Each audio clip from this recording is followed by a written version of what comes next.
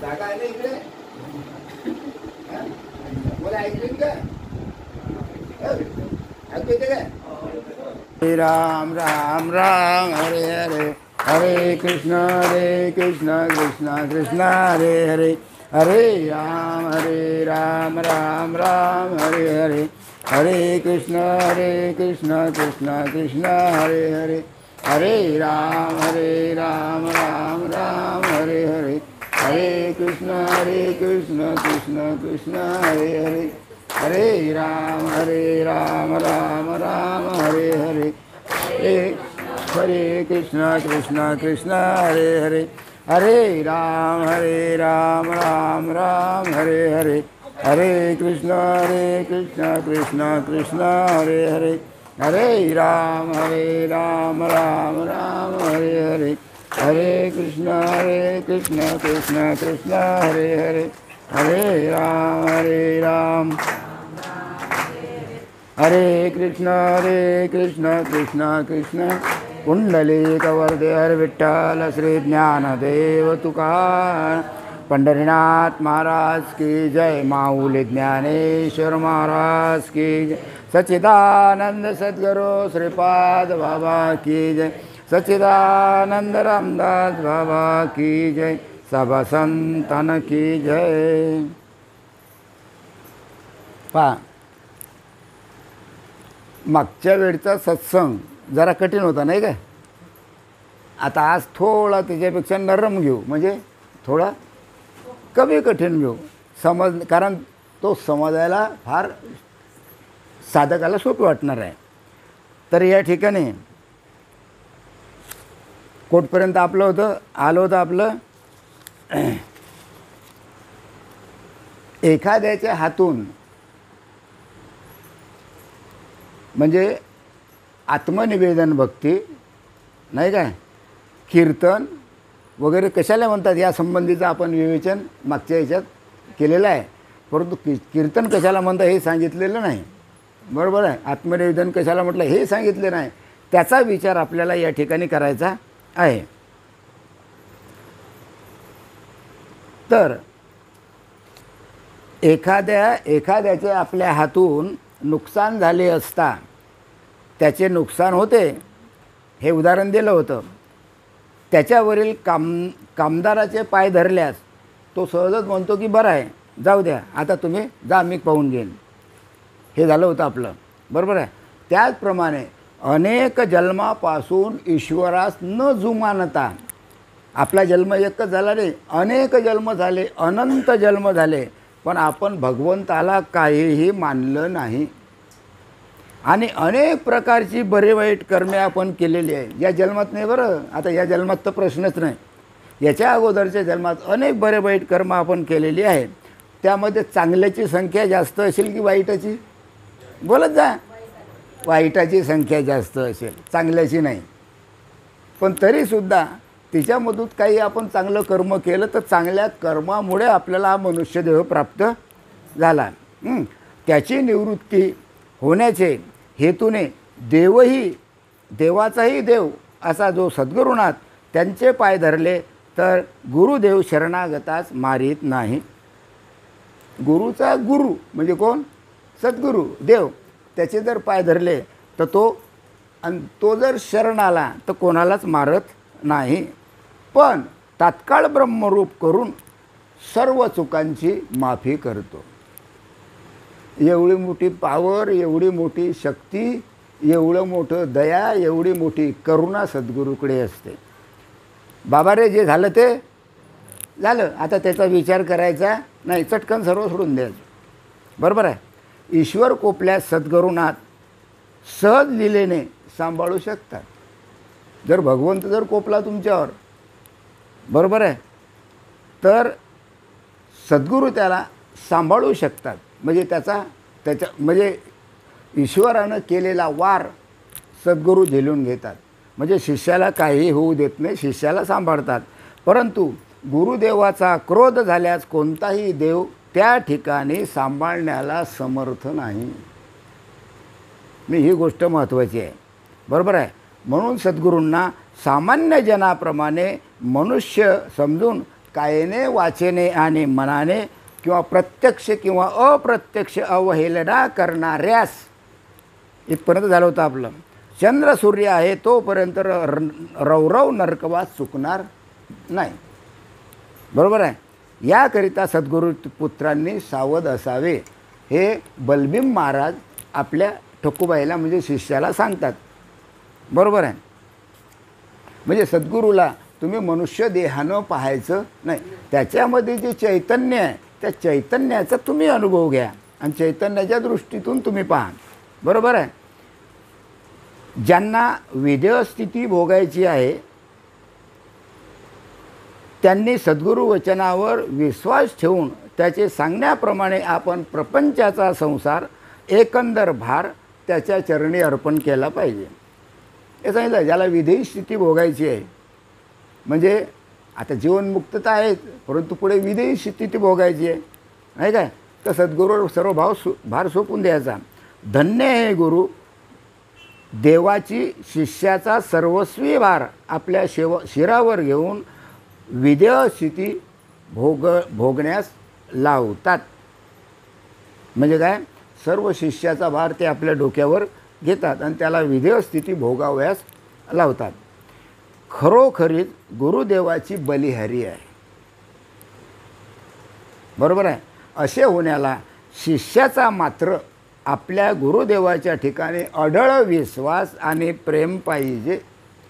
विश्वास कमी झाला, प्रेम कमी झालं तर आतापर्यंत वाचलेलं सर्व फुकट होईल, त्याचा काही फायदा होणार नाही.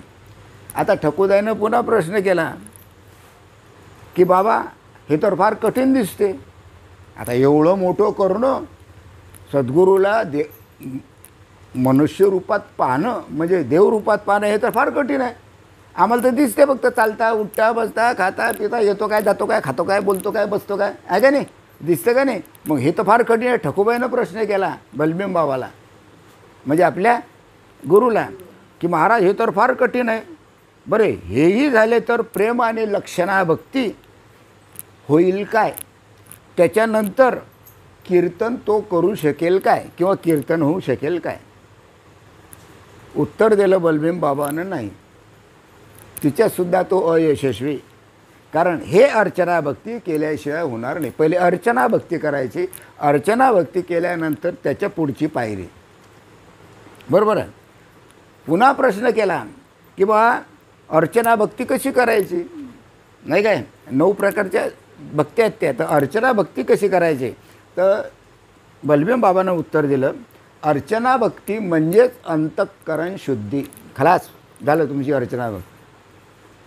गुरुविषयी तुमचं अंतःकरण शुद्ध पाहिजे, तिच्यामध्ये कोणत्याही प्रकारचा मैला नको, घाण नको, म्हणजे तुमची अंतःकरण शुद्धी पाहिजे. म्हणजे जन्मोजन्मीचे तुझे आणि माझे लागलेले डाग हे सोडवण्याकरता अनेक वृत्त्यावरून गुरुभाव या एकाच वृत्तीवर यायला पाहिजे. सोपी का कठीण, सोपी का कठीण, अरे बोलत जा, मालकाबरोबर राहता ना तुम्ही. सोपी आहे की कठीण आहे, सोपी आहे, पाहावा. मग वृत्ते किती उठतात, वृत्ते सकाळी उठल्यापासून तर झोपेपर्यंत मन तुमचं भटकतच असते. कशात भटकत असते, कोणाच्या संसारात, कोणा इकडे जा, म्हणजे काय दिवसभर प्रपंचाच्या गोष्टी चालूच असतात, नाही काय. म्हणजे आमची वृत्ती एका ठिकाणी राहत नाही. मग ह्या सर्व वृत्त्या एका ठिकाणी आणायच्या आणि आणल्यानंतर काय करायचं, सर्व वृत्त्यावरून आपलं मन काढायचं आणि गुरुभाव वृत्तीवर, एकाच वृत्तीवर, गुरुभाव या एकाच वृत्तीवर ते आणायचं. आता हे किती कठीण काम आहे सांगा तुम्ही, विचार करा, या गोष्टीचा विचार करा. विचार करण्यासारखा प्रश्न आहे.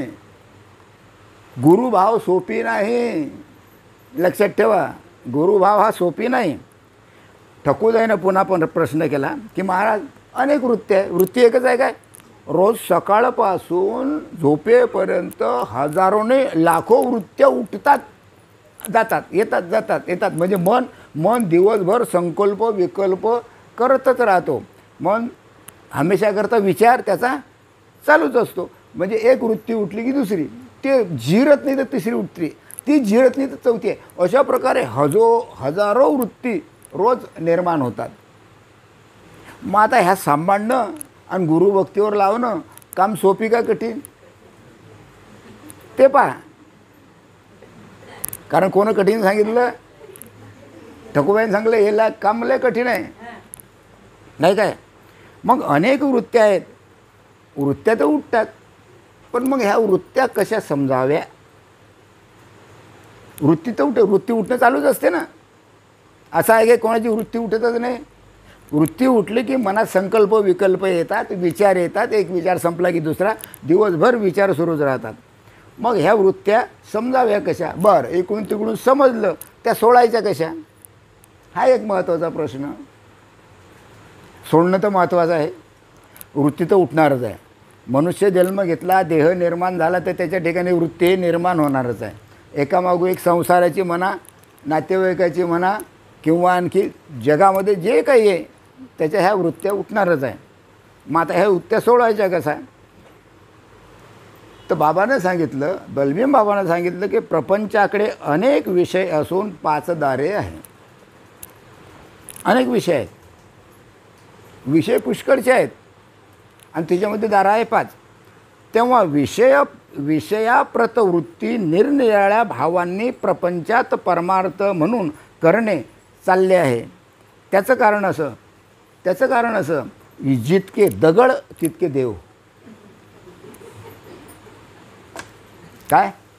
जितके दगड, कोणत्याही गावात तुम्ही जा त्या ठिकाणी काय आहे? जितके दगड आहे त्याला आम्ही काय करून ठेवलं आहे? दगड करून. म्हणजे त्याच्यामुळे जितके दगड तितके देव, त्याच्यामुळे आम्ही सुद्धा दगडच झालो असं म्हणायला हरकत नाही. बरोबर आहे. पण प्रश्न असा आहे, भाव असला तर त्या दगडात देव आहे. बरोबर आहे. पण आमच्या ठिकाणी आम्ही दगड असून आमच्या आतमध्ये जे चैतन्य आहे याचा अनुभव आम्हाला कधी माहीतच नाही, कधी येतच नाही. त्याचा अनुभव आम्ही कधी घेतच नाही, तेवढा भाव आमचा निर्माण होतच नाही. म्हणून या ठिकाणी सांगितलेलं आहे की जितके दगड तितके देव, आणि जितक्या वनस्पत्या तितके देवता. जेवढे तुम्हाला झाडं झुडपं दिसतं ना, ह्या सर्व देवता आहे. वड झालं, पिंपळ झालं, जेवढ्या काही निम झालं, हे जेवढ्या काही वनस्पत्या, जेवढे काही झाडं झुडपं आहे, या झाडं झुडपांना आम्ही देवता मानतो. कोणी या कोणी या झाडाची पूजा करते, कोणी त्या झाडाची पूजा करते. बापा जितके झाडं तितके प्रत्येक गावात अलग अलग झाडाची हां, हे झाड कसं आहे, काय म्हणतात त्याले, बरंच काही नाव आहे, मला काही आता येत नाही. ते जागृत आहे, जागृत. हे झाड फार जागृत आहे बरं, नाही का? हा देव फार जागृत आहे बरं, हा देव फार जागृत आहे बरं. झालं, जागृतच्या नावाखाली चालली पूजा बंद्या गावाची. असं इथंच नाही, प्रत्येक ठिकाणी अशीच परिस्थिती आहे. मग आता इतक्या जर आमच्या वृत्त्या फोफावल्या, इतक्या जर आमच्या वृत्त्या जर वाढल्या, बरोबर आहे, मग सांगा तुमचं अंतःकरण मलिन राहील का स्वच्छ होईल? मलिन राहील. त्या अंतःकरणात काय निर्माण होईल? घाण निर्माण होईल, मलिन होऊन जाईल तुमचं, अशुद्ध होईल. ते अंतःकरण शुद्ध राहणार नाही. हां, बर, इतक्यात काही झाले नाही, बरोबर आहे. आणखी नाही. हे बा, पहिला प्रश्न आहे की जितके दगड तितके देव, जितक्या वनस्पती तितक्या देव. इतक्या जर वृत्त्या फोफावल्या तर अंतःकरण किती मलिन झालेले असेल? किती प्रश्न झाले? 2. आता एवढं करून सुद्धा आमची वृत्ती, हे समजा सोडलं तुम्ही, मग आमची वृत्ती स्थिर होईल काय? बोला जा, आमची वृत्ती स्थिर होईल काय? आमची वृत्ती गुरुभावावर येईल काय? सोडलं समजा. हे जितके जवळ आहे तितके देवही त्याची पाय लागत नाही, समजा झालं ते झालं. सर्व देवाचं झाड झुडपं याच्या देवता आहे, त्याची आम्ही पूजा नाही केली, झालं सोडलं. मग इतक्या केल्यानंतरही तुमची वृत्ती गुरुभावावर येईल काय, हा महत्त्वाचा प्रश्न आहे. येईल का नाही बोलत जा, येईल का नाही सांगा. तुम्ही हुशार आहे, सर्वजण हुशार असल्यामुळे सर्वजण सांगू शकतात उत्तर. येईल काय गुरुभावावर, येईल का नाही?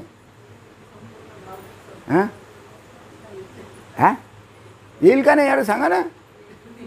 काही तर सांगा. येईल, बरोबर आहे, येईल. तुमचं काय म्हणणं आहे? येईल. सर्वांचं म्हणणं आहे येईल, येणारच नाही. एवढं जरी केलं तर आपली वृत्ती गुरुभावावर येणार नाही.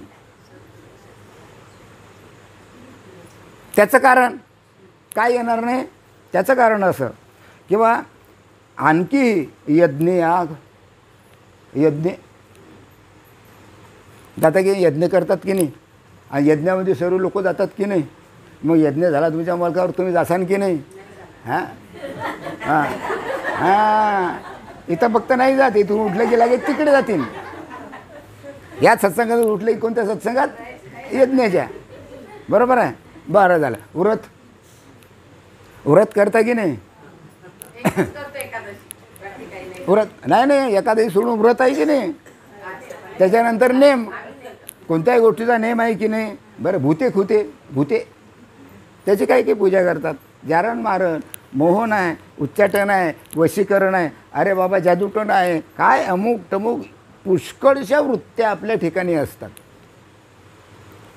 जरी आम्ही नाम घेतलं, प्रबोध झाला, तरी आमच्या ठिकाणी असलेल्या वृत्त्या नाहीशा होत नाही, त्या येतातच. इतक्या वृत्त्या आहेत आमच्या ठिकाणी, बरोबर आहे. किती झाल्या वृत्त्या, किती झाल्या हिशोब करा. काही अंदाज केला जाईल का? नाही. अशा कारणांनी वृत्त्या वाहवल्या. एवढे मोठे कारणं, इतक्या मोठ्या कारणानं आमच्या ठिकाणी जी वृत्ती आहे, ही वृत्ती एका ठिकाणावर राहिली नाही, ते वाहून गेल्या. एक क्षणात वृत्ती बदलते, एक क्षणात संकल्प विकल्प बदलतात, एक क्षणामध्ये विचार बदलतात. कारण मग आमची वृत्ती ठिकाणावर नाही, म्हणून वृत्त्या काय होतात? बदलतच राहतात. पण पुढे अशा वृत्त्यावर वृत्त्या उठल्यानंतर मग काय होते? ती वृत्ती भांबावते. वृत्ती काय होते? भांबावते म्हणजे तुला भीती वाटते, काय करू आणि काय नाही, आहे का नाही? अरे म्हणजे प्रत्येकाच्या संसारामध्ये किंवा घरामध्ये अशी जर परिस्थिती असली तर वृत्ती काय होते? भांबावते. म्हणजे तिला काय वाटते? भीती वाटते. व फायदा काय झाला म्हणशील?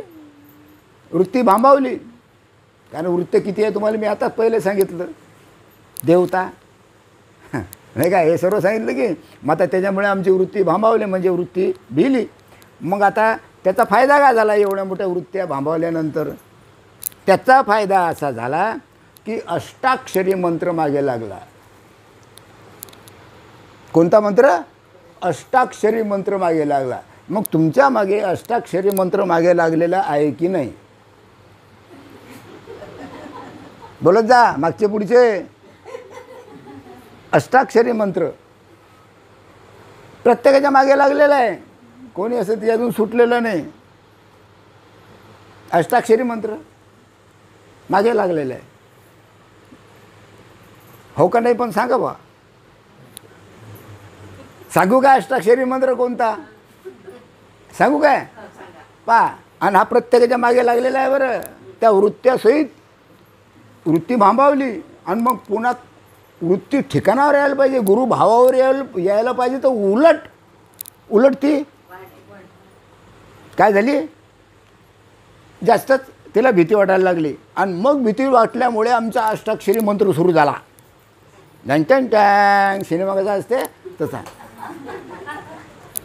मग आता अष्टाक्षरी मंत्र कोणता सांगतो तुम्हाला. हे पा कशे करू, काय करू, कसे करू, काय करू, कसे करू, काय करू, कसे करू, काय करू. किती झाले? 4 आणि 4 अष्टाक्षरी मंत्र सुरू झाला.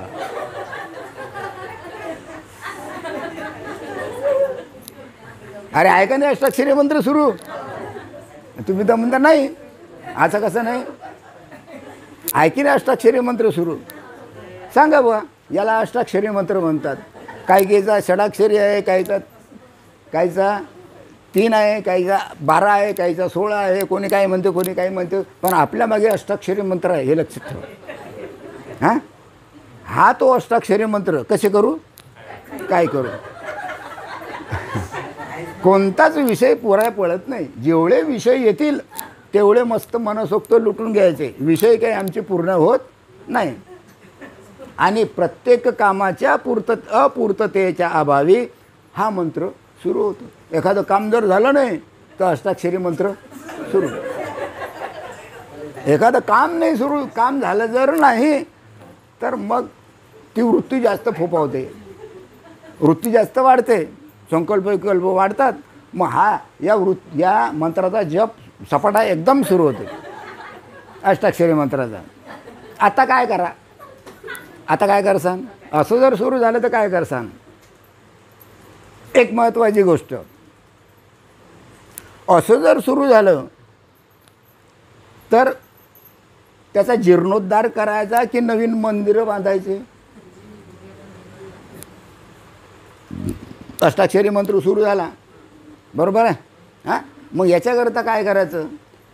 त्याचा जीर्णोद्धार करायचा. म्हणजे जे जीर्ण झालेलं मंदिर ते दुरुस्त करायचं का नवीन मंदिरं बांधायचे? हे सांगा, की जेणेकरून आमचा अष्टाक्षरी मंत्र बंद होईल. काय केलं पाहिजे? बरं, जाऊ द्या. मूर्ती स्थापन कराव्या की गाई, मांजर, पोपट, हत्ती, घोडे देवाघरी पोचवावे? काय करायचं? घाट बांधायचे की विहिरी बांधायच्या? बोला बोला बोला बोला. अरे घाट बांधायचे की विहिरी खोदायच्या? असं केल्यानंतर अष्टाक्षरी मंत्र कमी होईल काय? हां, नाही. असं केल्यानं होईल काही ना काही कमी. हां, धर्मशाळा बांधायच्या की वाचनालय उघडावी? बोलत जा. हां, काय करसान तरी काय? बोला. याच्यापैकी तुम्ही काय कराल?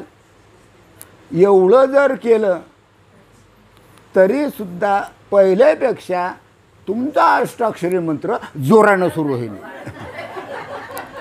लक्षात घ्या, तुमचा अष्टाक्षरी मंत्र जोरानं सुरू होईल, उलट जोरानं सुरू होईल. कमी नाही पडणार. एक गुरुभाव तुमच्या ठिकाणी येणारच नाही, उलट काय होईल तो. मग आता एवढं करसान, तुम्ही मंदिराचा जीर्णोद्धार करसान, वाचनालय काढसान, धर्मशाळा काढसान, विहिरी बांधसान, एवढं मोठं केलं, बरोबर आहे. मग त्याच्याकरता फुकट होईल का ते? अरे मंदिर वगैरे फुकट येईल काय? मग त्याच्याकरता काय पाहिजे? हां, काय पाहिजे? पैसा पाहिजे. या सर्व गोष्टीकरता पैसा पाहिजे. आणि तो पैसा मिळवण्याकरता भीक मागू की कीर्तन करू? बोला बोला बोला. आता पैसा तर पाहिजे. फुकटखोरी करीन काय तुमच्याकडे काम? नाही. मग तो पैसा मिळवण्याकरता भीक मागायचं की कीर्तन करायचं? का पेट्या फिरवायच्या? ही पेटी द्या मदत, टाका पेटीत पैसे. हां, का लेक्चर द्यायचे की आपलं असं काम आहे, काळा पैसे, असं आहे काय काही?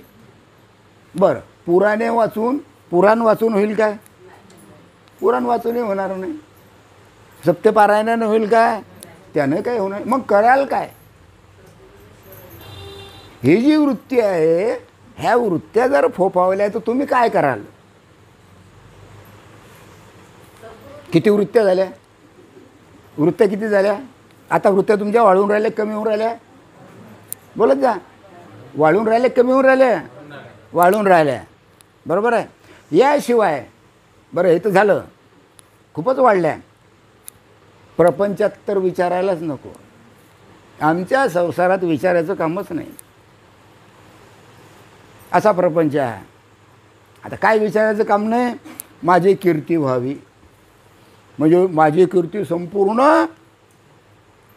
संपूर्ण भागात व्हावी. हां, लोकांनी मला मान द्यावा, म्हणजे माझा मान वाढावा, मला पोरे बाळे व्हावी, हे संसारातल्या गोष्टी आहे बरं. हां, मला इंद्रापेक्षा श्रेष्ठ समजावे, इत्यादी अनेक प्रकारच्या वृत्त्या निर्माण झाल्या. मग यानं वृत्त वाढलं की कमी झाल्या? हां, दिवसेदिवस काय होऊन राहिल्या? हे वृत्त्या वाढूनच राहिल्या. यावरून वृत्त्या किती बिघडल्या हे आपल्या लक्षात येईल. आमची वृत्ती किती बिघडली हे आपल्या प्रत्येकाच्याच लक्षात येईल. कशी बिघडली हे आता तुम्हाला सांगितलं मी, कशी बिघडली. बरोबर आहे, हे प्रत्येकाच्या गोष्ट लक्षात येईल. इतक्या वृत्त्या वळवून सद्गुरूंनी बोधलेल्या उपदेशावर सर्व वृत्त्यांना आणायचं. त्याला एकच इलाज, काय करायचं? हां, आपल्या सर्व वृत्त्या एकत्र करायच्या आणि सद्गुरूनं जो बोध दिला त्या बोधावर आपली वृत्ती आणायची, तिथं स्थिर करायची. काम खलास, काहीच करायची जरूरत नाही. इकडे तिकडे भटकायचं कामच नाही. गुरुनं जो उपदेश केला त्या उपदेशावर आपण स्थिर राहायचं, आपली वृत्ती स्थिर करायची. आणि याचंच नाव आहे अंतःकरण शुद्धी. याला अंतःकरण शुद्धी म्हणतात. एवढी अंतःकरण शुद्धी पाहिजे, नाही तर अंतःकरण शुद्धी होणारच नाही. कारण गाव तिथं देव, दगड तिथं देव. बरोबर आहे, अंतःकरण शुद्धी होणार नाही. बरं, हा प्रश्न कोण विचारला? उत्तर दिलं कोण? बलवीम बाबांना. आता ठकुदाई पुन्हा प्रश्न करतात, हे कृपानिधे, म्हणजे हे सद्गुरुनाथा, आपण म्हटल्याप्रमाणे खरोखर जगात अशी रीत दिसते की इतक्या वृत्त्यांची एक वृत्ती, ह्या सर्व वृत्त्या एक केल्या, एक वृत्ती झाली, मग अर्चना भक्ती होईल काय? आणि अर्चना भक्ती झाल्यानंतर प्रेमलक्षणा भक्ती निर्माण होईल काय? आणि प्रेमलक्षणा भक्ती झाल्यावर कीर्तन करता येईल काय? हा महत्त्वाचा प्रश्न आहे. किती प्रश्न झाले? 3 प्रश्न. बरोबर आहे. तरी बलवीमबा उत्तर देत नाही, बाळ एवढं केल्यानंतरही दास्यत्व करावं लागते सद्गुरूचं. दास्यत्व करायचं. मोठ्या माणसाचं नाही, करोडपती आहे, मोठा आहे, त्याचं दास्यत्व नाही करायचं. दास्यत्व करायचं असलं तर सद्गुरूचंच करायचं. मग आता त्याकरता दास्यत्व करायला पाहिजे. मग पुन्हा ठकुदाईचा प्रश्न आला, महाराज दास्यत्व म्हणजे काय? बरोबर आहे. आणि ते कोणाचे करायचे? दास्यत्व तर करायचं नाही काय, पण कोणाचं दास्यत्व करायचं नाही काय? आजपर्यंत आपण दास्यत्व कोणाचं करत आलो? बोला, दास्यत्व कोणाचं करत आलो आतापर्यंत आपण? अरे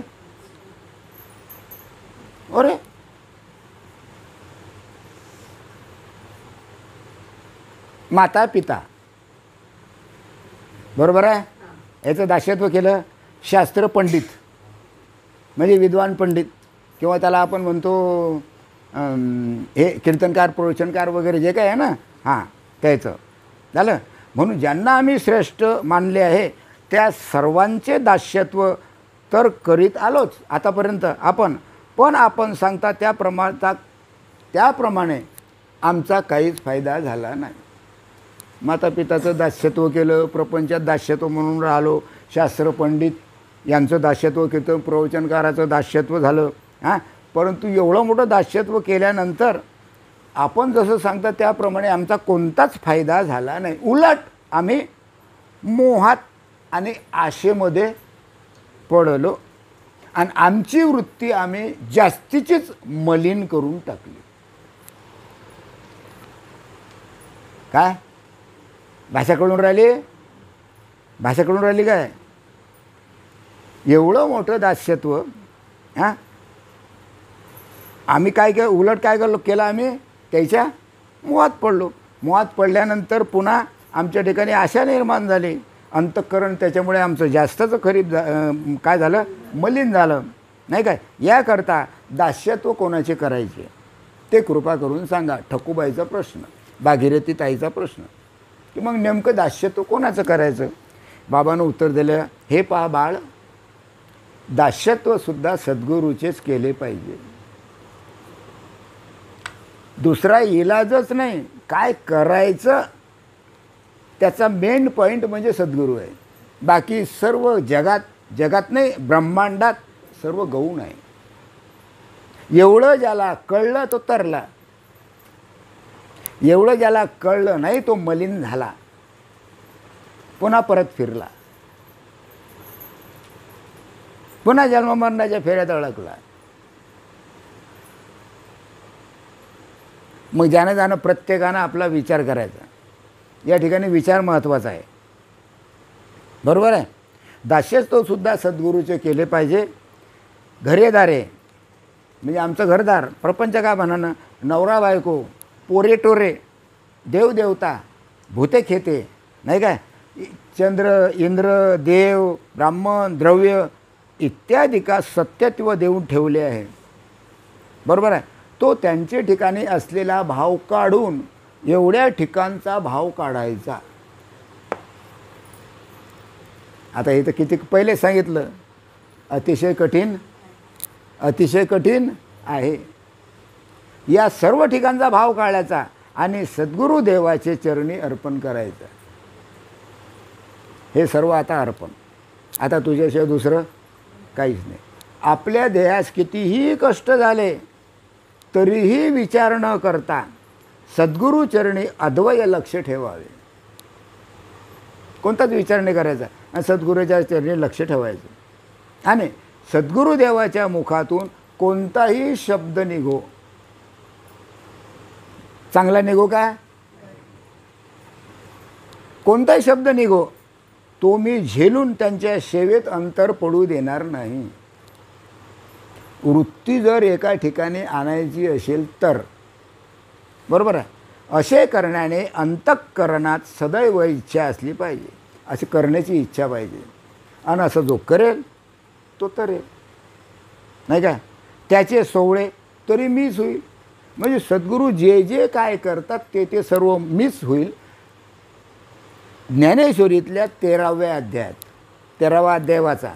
सद्गुरू जे जे करतील ते सर्व मीच होईल. त्यांच्या पादुका मीच होईल, त्यांचं ताट मीच होईल. एवढंच काय, गुरुदेवांना लागणारा प्रत्येक वस्तू मी होईल आणि ते त्यांच्या उपयोगात आणेन. एवढा सद्गुरूवर भाव पाहिजे, तरच आमची वृत्ती सद्गुरुदेवाच्या ठिकाणी अर्पण होईल. अशा प्रकारची भावना होणे याला दास्यत्व म्हणतात. याला दास्यत्व म्हणतात. मग आता दास्यत्व सोपी आहे की कठीण आहे? सोपी आहे की कठीण आहे? बोलणं सोपी आहे, पण करणं हे महत्त्वाचं आहे. बोलणं सोपी आहे, बोलते कोणी हो, मी बोलतो, तुम्ही बोलता, सर्व बोलता, पण करणं कठीण आहे. हां, 7वे भजन दास्यत्व करावे, हे 7वं भजन आहे. हां, पळले कार्य तितके करावे, जे कार्य आपल्या हिशावरील तेवढं करायचं. सदा सन्निधचे असावे सद्गुरूद्वारी. पुन्हा ठकोबाईनं प्रश्न केला, महाराज दास्यत्व केल्याने प्रेम लक्षणा भक्ती होऊन कीर्तन होईल काय? आपल्याला यायचं कीर्तनापर्यंत, आपला सत्संग खलाय. मग एवढं दास्यत्व झालं, आम्ही केलं एवढं दास्यत्व, मग प्रेमलक्षणा भक्ती निर्माण होईल काय आणि नंतर कीर्तन होईल काय?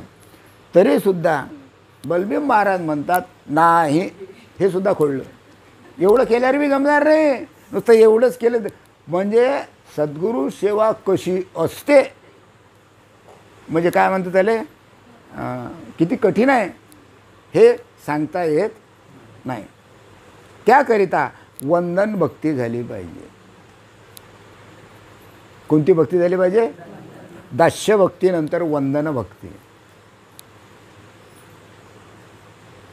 बरं, ठकुतापाईचा पुन्हा प्रश्न, वंदन कसे करायचे कृपा करून सांगा. साध्या साध्या गोष्टी आहे, ठकूबाईने विचारलं की वंदन कसं करायचं, आम्हाला सांगा बुवा. आम्ही वंदन तर करतो, पण कसं करतो, पाया तर लागतो, पण कसं लागतो आहे का नाही.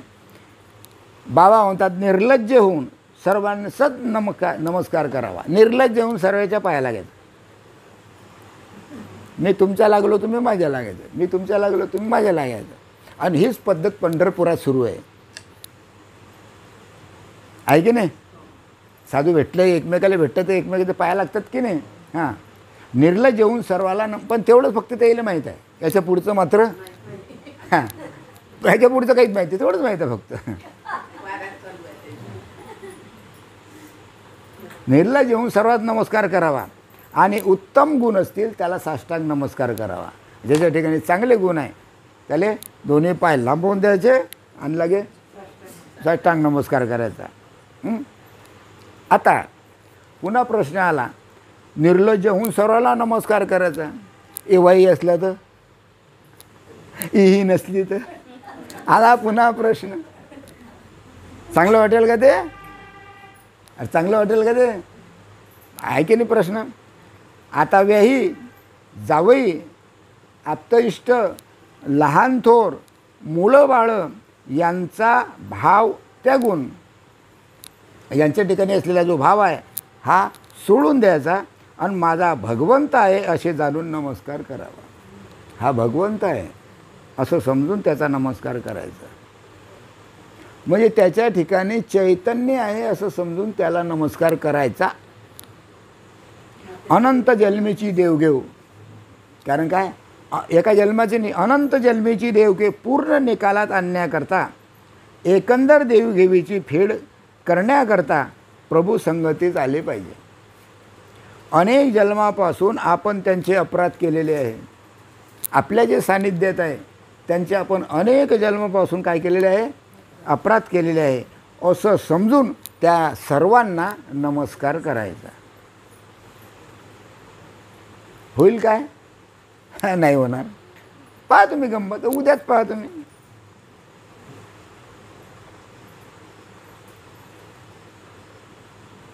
नमस्कार केल्यास या लोकातून चांगल्या रीतीने पार पडल्यास याच कळून आपणास रस्ता मिळेल आणि इहलोकही भोगावयास मिळेल. म्हणजे तुमचं त्या ठिकाणी पद्धतशीर राहणं वगैरे होईल. नमन भक्ती कशी करायची म्हणशील. आता नमन कसं करायचं तर ज्याला आपण कोले कुत्रे नमन कसं करायचं सांगितलं आहे.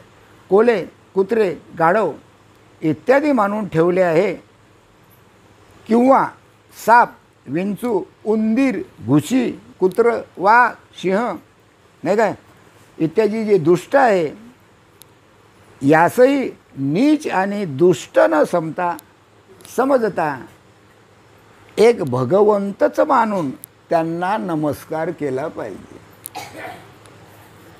आता प्रश्न असा आहे, गाढव येऊन राहिलं त्याला पाय लागलं तर लोक तुम्हाला काय म्हणतील. अरे हा मॅड झाला, कुत्र्याला पाहिलं काय केव्हा रस्त्याने तुम्ही चालले सर देवा इथून तिथून नसतं असं असं करत लोक काय म्हणतील. मग नमन कोणाला करायचं, नमन कसं करायचं, कोणाला करायचं. कारण सर्वामध्ये तर चैतन्य आहे. मग नमन कसं काय करा. त्याचप्रमाणे सांगितलेलं आहे. गरीब गाई म्हशी रेडे सांबार इत्यादी अंतजातही भगवंत मानून त्याच भावनेनं त्यांच्या आतमध्ये परमात्मा आहे याच भावनेनं त्याला नमन केले पाहिजे. त्याला नमन करा. पुन्हा सांगितलेलं आहे शास्त्रपंडित पुराणिक वैदिक आणि पुजारी संन्यासी ब्रह्मचारी संत महंत यांची भीती न बाळगता आणि लाज वाटू न देता सर्वांसच भगवंत समजून नमस्कार करावा. सरळ भगवंत समजून नमस्कार करावा. त्याला म्हणतात वंदन भक्ती. मग आता हे सोपी आहे की कठीण आहे. प्रत्येक गोष्ट ही अतिशय कठीण आहे. त्याच्याकरता एकच गोष्ट विचार. प्रत्येक ठिकाणी तुम्ही विचार करणं महत्त्वाचं आहे. तो विचार सुटला की त्याचा काही फायदा नाही. म्हणून म्हटलेलं आहे नम्र झाला भूता तेने कोंडले अनंता. नम्र झाला भूता तेने कोंडले अनंता. तेव्हा सांगावयाचं तात्पर्य काय की सर्वाच गुरुभावनेने नमस्कार केला असता तो मला पोचतो. सर्वांना नमस्कार करा, पण प्रत्येकाच्या ठिकाणी माझे सद्गुरूचंच अस्तित्व आहे असं समजून नमस्कार करा. सद्गुरूचं अस्तित्व आहे असं समजून नमस्कार करा. गुरुभावनेनं नमस्कार करा.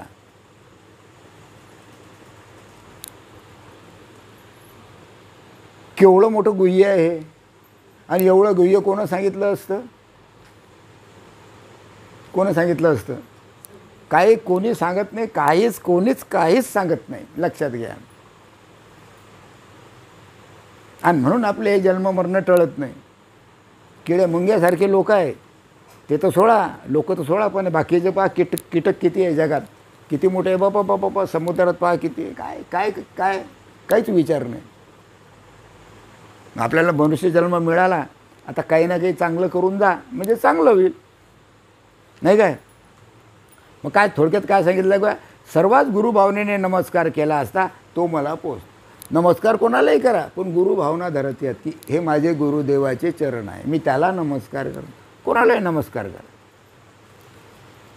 त्यात गुरुभाव पाहिजे. बरोबर आहे. पुन्हा आला प्रश्न, महाराज इतक्या लक्षपूर्वक नमन भक्ती करणारा, आता असं जर केलं तर तो खाईल केव्हा? अरे असं जर केलं तो खाईल केव्हा आणि झोपेल केव्हा? असं जर केलं तर बरोबर आहे ना. याच्यानुसार जर वागलं तर तो खाईल कधी, नमन आपलं काय झोपेल कधी, नमस्कार कधी करेल? सर्व वेळ त्याचा तिच्यातच चालला, मग परमार्थ कधी करणार? बरोबर आहे. कारण नमन भक्तीमुळे यास अन्य काही करण्याची वेळ तरी कुठून मिळणार? म्हणजे त्याला वेळ मिळणार नाही. बरं, कदाचित ही भक्ती साधली, बरं काय हरकत नाही, कदाचित असं झालं तर प्रेमलक्षणा भक्ती निर्माण होईल काय, आणि तो कीर्तन करू शकेल काय? आलं पुन्हा तिच्यावरच. अजून झालं नाही बरं, एक शेपूट लांबून राहिलं कीर्तन होईपर्यंत, मग शेवटी कीर्तन आहे. हां, बाबानं सांगितलं, हे पहा, ज्याशी व्यवहारात वागताना संबंध येईल आणि जे दिसेल त्याला भगवंत मानून नमस्कार करा. तुमच्या समोर जो येईल, जो दिसेल त्याला भगवंत समजून काय करा, तुम्ही नमस्कार करा. बंद येईलच नाही, बाजारात गेले लोक हे येडं झाले, लोक काळे घेऊन आपल्या मागे जो काय, बरोबर आहे की नाही? म्हणजे सर्व नमस्कार करा याचा अर्थ काय? तुमच्या आवाक्यात तुमच्या समोर समजा तो जो येईल किंवा तुम्ही ज्याच्याशी बोलाल त्याला भगवंत समजून नमस्कार करा, हा सांगायचा तात्पर्य असा. सर्वेला म्हणजे चालूच ठेवायचं नाही ते. हां, म्हणजे ज्यांचा व्यवहारात वागताना संबंध येईल आणि जे दिसेल त्या सर्वात भगवंत समजून काय करायचं, आपल्याला नमस्कार करायचा. सर्व गावभर काही नमस्कार करत फिरायचं नाही. हां, सर्व गावभर फिरत काय रोज रोज रोज रोज रोज रोज हां, असा नमस्कार नाही करायचा, त्याला नमस्कार नाही म्हणत. मग आता प्रेमलक्षणा होण्याकरता, प्रेमलक्षणा भक्ती करता सख्य भक्ती झालीच पाहिजे. आता आली सख्य भक्ती, म्हणजे पहा शेपूट पुन्हा आणखीन लांबलं. झालं का पूर्ण? अजून नाही. बाबा सख्य भक्ती म्हणजे काय आणि ती कशी करायची? पुन्हा आला प्रश्न, सख्य भक्ती म्हणजे काय, ती कशी करायची? तर बाबा उत्तर देतात की मुळातील मोठेपणा विसरण्या इतका दशेंद्रियाशी स्नेह नाही का? मन, बुद्धी, चित्त, अहंकार आणि पंचप्राण ह्या सर्वांस मी आणि माझे मानून ठेवले आहे ना. म्हणजे अंतःकरण, मन, बुद्धी, चित्त, अहंकार आणि पंचप्राण. पंचप्राण म्हणजे प्राण, अपान, व्यान, उदान आणि समान. बरोबर आहे. या सर्वांस मी आणि माझे म्हणून जसं ठेवले. ज्ञानप्राप्तीनंतर अर्थात सद्गुरूंनी दया केल्यानंतरच मुमुक्षूस पुरतेपणी कळते की आजपर्यंत हा देह आपण आपला, म्हणजे ज्ञानप्राप्तीनंतर, ज्ञान प्राप्त झाल्यानंतर, नाम मिळाल्यानंतर, तुम्हाला आत्मज्ञान प्राप्त झाल्यानंतर सद्गुरूंनी दया केल्यानंतर, सद्गुरूची कृपा झाल्यानंतर मुमुक्षूस कळते. काय कळते? की आजपर्यंत हा देह आपण आपला असे म्हणत आलो. आजपर्यंत आम्ही हा देह आपला असं म्हणत आलो. म्हणजे आपल्याला आत्मा माहीत नव्हता, जीव माहीत नव्हता, शिव माहीत नव्हता, ब्रह्म माहीत नव्हतं, देव माहीत नव्हता, काहीच माहीत नव्हतं. काय म्हणत होतो आम्ही? फक्त हा देह माझा, देव माझा मानत होतो ना. हां, परंतु हा काही आपला नाही. हा देह आपण मानला, पण हा देह आपला नाही. मग हा देह कोणाचा? आला पुन्हा प्रश्न. हा देह जर आपला नाही तर मग हा देह कोणाचा? कोणाचा आहे देह? कोणाचा असेल हा देह? हां, कोणाचा आहे? हां, अरे हा हां हां मग बरोबर आहे ना.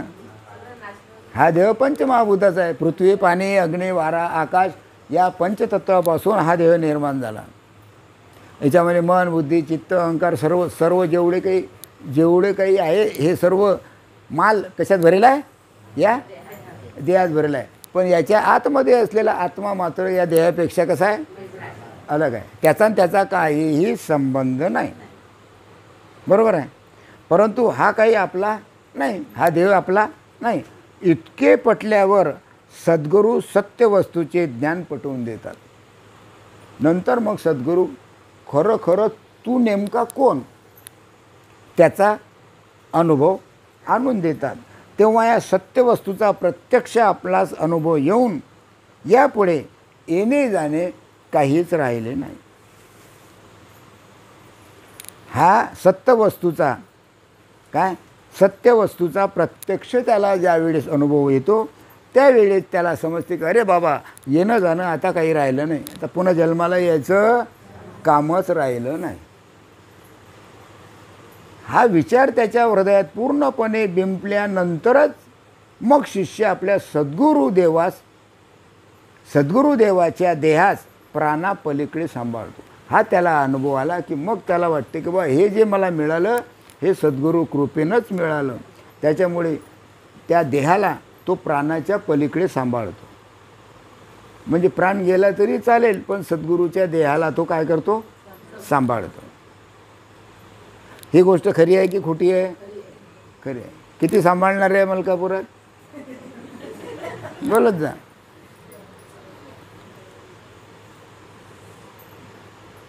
आम्ही या रस्त्याने जातो, तुम्ही या रस्त्याने जाता.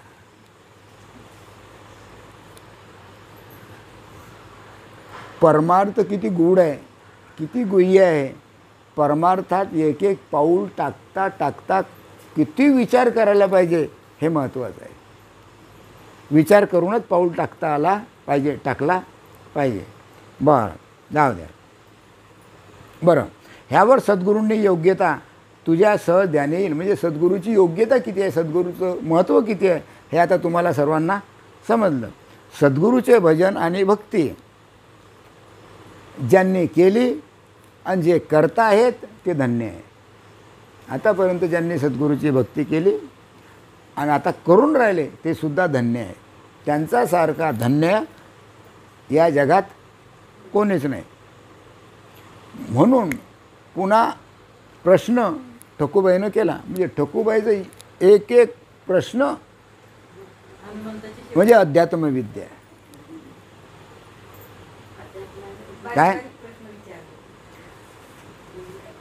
ठकूबाईचा प्रश्न आहे, प्रभो यावर अशी शंका येते की एखाद्याने आपल्या प्रियास म्हणजे आवडीच्या मनुष्यात सर्वस्व अर्पण करून त्याची बस काय जगामध्ये आवडीचं कोण नाही.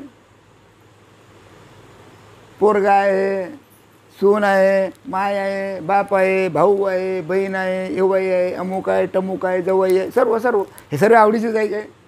अरे प्रपंचात आहे की नाही. यावर अशी शंका येते की एखाद्याने आपल्या प्रियास म्हणजे आवडीच्या मनुष्यास सर्वस्व अर्पण केलं हाळाची काळं केली, मग भक्ती होईल काय? भक्ती होईल काय? तुम्ही त्याला भक्ती म्हणाल काय? आणि तो तुम्हाला जन्म मरणाच्या फेऱ्यातून सोडविल काय? काय आवडताय ना तुमचा? खूप आवडताय ना, मग तो सोडविल ना तुम्हाला? सोडवेल का तो? नाही. कारण तुम्हाला त्या ठिकाणी मुक्तीचा लाभ मिळणार नाही, तुमच्या जीवाचा उद्धार होणार नाही, जन्म मरणाच्या फेऱ्यातून तुमची सुटका होणार नाही. तो कितीही कसाही नातेवाईक असला तरी, कोणताच नातेवाईक तुम्हाला जन्म मरणाच्या फेऱ्यातून सोडवणार नाही. काय असेल बाबाचं उत्तर? याच्यावर उत्तर काय असेल बलभीम बाबाचं? तुम्ही जे सांगितलं ते. कारण हे तुमचं सर्व झालेलं आहे आणि पाठ आहे. मग आता तुम्ही काय म्हणसान? हाव का नाही? हां, हाव का नाही? नाही, बरोबर आहे, नाहीच. कोणताही आवडीचा मनुष्य किंवा नातेवाईक तुमची जन्ममरणाच्या फेऱ्यातून सुटका करणार नाही. कारण भक्ती करताना ज्या प्रकारच्या भावना असतील त्या प्रकारच्या प्रापंचिक वस्तूचा लाभ भलेही होईल, प्रापंचिक वस्तूचा लाभ होईल, संसाराच्या गोष्टीचा लाभ होईल, पण बाळ हे पक्के लक्षात ठेव की अशा प्रकारची भक्ती म्हणजे निव्वळ व्यभिचारी भक्ती, त्याला व्यभिचारी भक्ती म्हणतात. त्यामध्ये व्यभिचार येतो म्हणून त्याला व्यभिचारी भक्ती म्हणतात. आणि माझी भक्ती तशी नाही. व्यभिचारी भक्तीने कधीच कोणालाच मुक्ती मिळणार नाही. त्याचं वर्णन ज्ञानेश्वरीमध्ये आहे. कृष्ण परमात्म्याने हे आहे स्पष्ट सांगितले आहे की जसे भक्त मागेल तसे मी त्याला देतो. म्हणजे भक्ताची इच्छा मी पूर्ण करतो. भक्त जसं जसं म्हणेल तशी तशी त्याची मी इच्छा पूर्ण करतो. कोणाची? पण त्या जीवाचा उद्धार करत नाही. लक्षात घ्या, तो देईल. आतापर्यंत आपण जेवढं वाचलं एवढं तुम्ही तीर्थयात्रा करा, दानधर्म करा, कीर्तनं, प्रवचनं, पारायणं, अमुक टमुक सर्व करा, काही हरकत नाही. त्याचं फळ तुम्हाला तर देईल, पण जीवाचा उद्धार करणार नाही, जन्म मरणाच्या फेऱ्यातून सोडवणारा नाही, हे लक्षात घ्या. पण जो भक्त मदभक्त होईल त्यास मी आपले आयुष्य देतो. पण जो माझा खरा खरा भक्त होईल त्याला माझं आयुष्य मी देतो. भगवंत म्हणतात माझं आयुष्य त्याला दिलं म्हणजे तो मुक्त झाला. कारण मी मुक्तच आहे, मग माझा भक्तसुद्धा मुक्तच. हां, म्हणजेच त्याला अमरत्व देतो, म्हणजेच त्याला कायमची मुक्ती देतो माझा भक्त असेल तर. पण भक्ती व्यभिचारी भक्ती नको, प्रापंचिक भक्ती नको. ती भक्ती कशी पाहिजे? अव्यभिचारी भक्ती पाहिजे. बरं, मग अशा प्रकारच्या सख्य भक्तीने प्रेमलक्षणा भक्ती होईल, कीर्तन होईल का? असं झालं समजा, मग कीर्तन करता येईल का? किंवा प्रेमलक्षणा भक्ती निर्माण होईल का? होईल का नको? असं केल्यानंतर प्रेमलक्षणा भक्ती निर्माण होईल का नाही? कीर्तन करता येईल का त्याला? याच्यावर पुन्हा उत्तर दिलं नाही नाही. त्याकरिता शेवट आत्मनिवेदन भक्ती झाली पाहिजे. सर्वात शेवट आत्मनिवेदन भक्ती. खलास, त्याला आत्मस्वरूपाची ओळख झाली पाहिजे. मी आत्मा आहे ते हे त्याला कळलं पाहिजे. त्याला आत्मनिवेदन भक्ती महत्त्वाची आहे. मग आत्मनिवेदन भक्ती झाल्याशिवाय बाकीच्या आतापर्यंत मागचा सत्संग आणि हा सत्संग याचा काही फायदा नाही. आत्मनिवेदन भक्ती महत्त्वाची आहे. आणि आत्मनिवेदन भक्ती करता याच्या अगोदरच्या जे काही भाग आहे हे पूर्ण व्हायला पाहिजे. त्यावेळेस आत्मनिवेदन भक्ती कामात पडते. बरोबर आहे? हे दयाळा, आत्मनिवेदन म्हणजे काय आणि ते कसे करायचे हे कृपा करून सांगा. आता सर्वात महत्त्वाचा प्रश्न आहे, आत्मनिवेदन भक्ती कशी, नाही काय, ते सांगा. बलमी बाबानं उत्तर दिलं देहाविरहित, देहाविरहित म्हणजे हा देह आहे याच्या व्यतिरिक्त असणाऱ्या आत्म्याने, हे बा हा देह आहे याच्या व्यतिरिक्त असणाऱ्या आत्म्याने अंतःकरण पंचक, अंतःकरण पंचक म्हणजे मन, बुद्धी, चित्त आणि अहंकार. प्राणपंचक, प्राणपंचक कोणतं? प्राण, अपान, व्यान, उदान आणि समान. त्याच्यानंतर ज्ञानेंद्रिय पंचक, जे ज्ञानेंद्रिय आहे ना, नाक, डोळे, कान वगैरे, त्वचा वगैरे हे, आणि कर्मेंद्रिय हात, पाय, गुदद्वार वगैरे जे आहे, मूत्रेंद्रिय हे, हां, आणि विषय पंचक म्हणजे शब्द, स्पर्श, रस, रूप आणि गंध. यावरचं ममत्व लावून ठेवलेले असते. काय? देह विरहित असणाऱ्या आत्म्याने, म्हणजे आत्म्याच्या ठिकाणी आता हे जे पंचक सांगितलेले आहे हे पंचक चालत नाही. आता हे अंतःकरण पंचक, प्राणपंचक, ज्ञानेंद्रिय पंचक, कर्मेंद्रिय पंचक, विषय पंचक हे सर्व पंचक कोणाचे आहे? मायेचे आहे. हे सर्व मायेचे आहे. या मायेनं सर्व गबाळ तयार केलं, मसाला तयार केला या 5-5चा, आणि त्याच्यापासून हा देह निर्माण झाला. पण या सर्व गबाळ्यात, या सर्व मसाल्यात एकच मसाला उत्तम आहे, तो म्हणजे आत्मा. त्याच्याशिवाय या मसाल्याला चव नाही. इतकंच टाकलं की काम होऊन जाते. हां, कळलं काय? म्हणजे आत्मा या देहापासून कसा आहे? अलग आहे. म्हणून आत्मनिवेदन भक्तीचं महत्त्व आहे.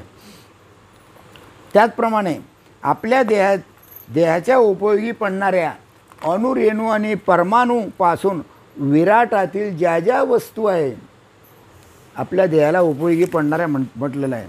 आपल्या या देहाच्या उपयोगी पडणाऱ्या ज्या वस्तू आहे, हां, अणुरेणू परमाणूपासून विराटापर्यंत ज्या ज्या वस्तू आहे, विराटापर्यंत म्हणजे माहिती आहे तुम्हाला? विराट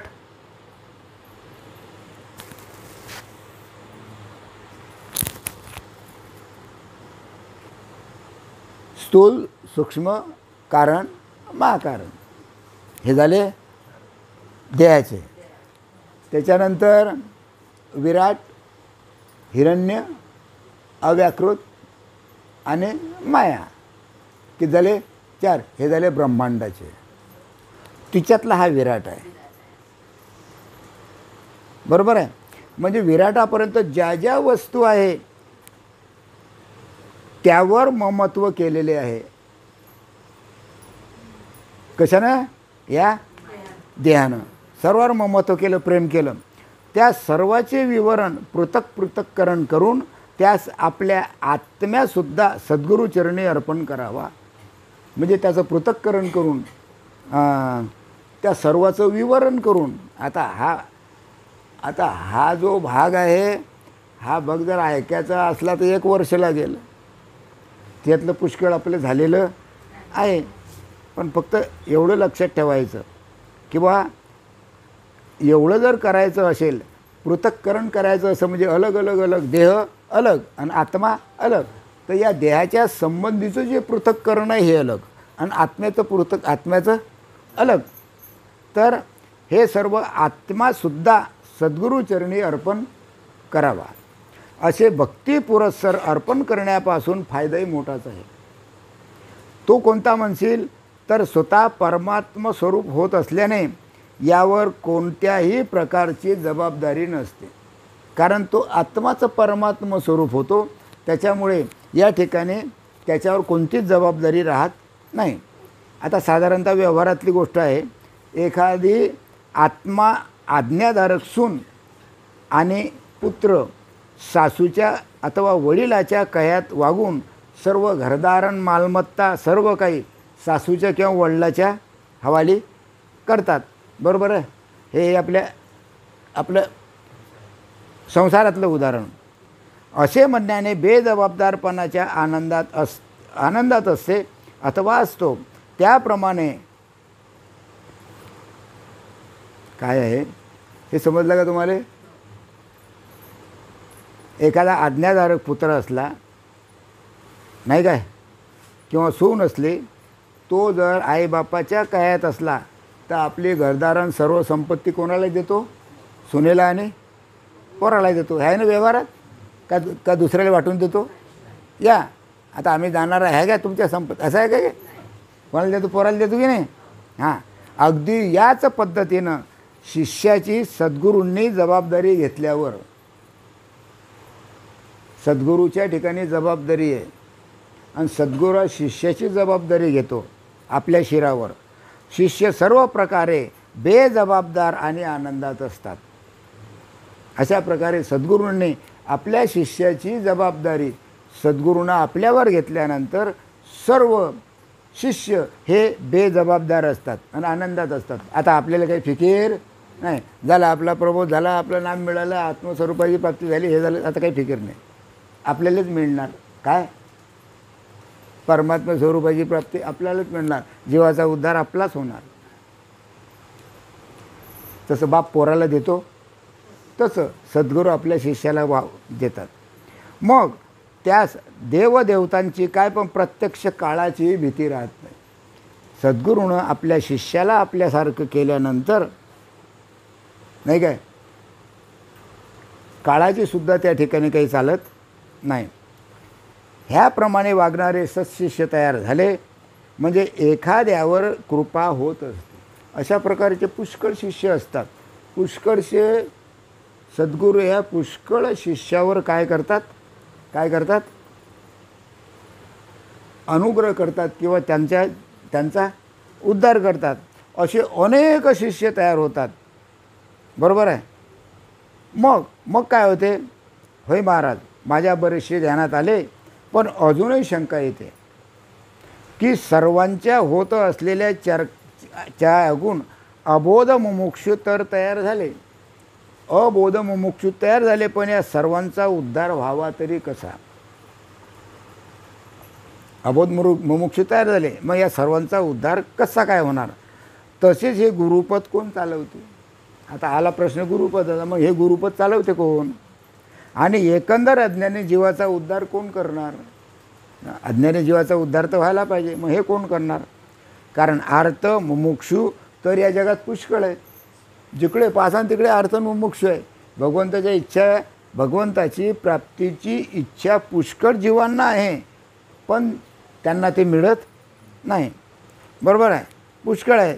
त्रिविध तापांनी पोळलेले जे जीव आहे त्याची तर कधी गणना करताच येत नाही. नाही काय? या सर्वांची सुटका कशी होणार? का आता एवढे तर सुटले पाहिजे, त्या जीवाचा तर उद्धार व्हायला पाहिजे, पण असं तर काही दिसत नाही. प्रभो, मला असे वाटते की मातेच्या उदराबाहेर येताच एखादं मूल, मातेच्या उदराबाहेर येताच मूल काय करते? टाऊ फोडते. टाऊ फोडते म्हणजे ओरडते. ती त्याचे टाऊ फोडणे म्हणजे निव्वळ सुखाकरता असते. शंका कोणी घेतली? ठोकूबाईनं. आईच्या उदराच्या बाहेर मूल आलं की ते काय करते? मूल, लहान मूल टावे फोडते म्हणजे ओरडते. हां, तर कशा करता ओरडते?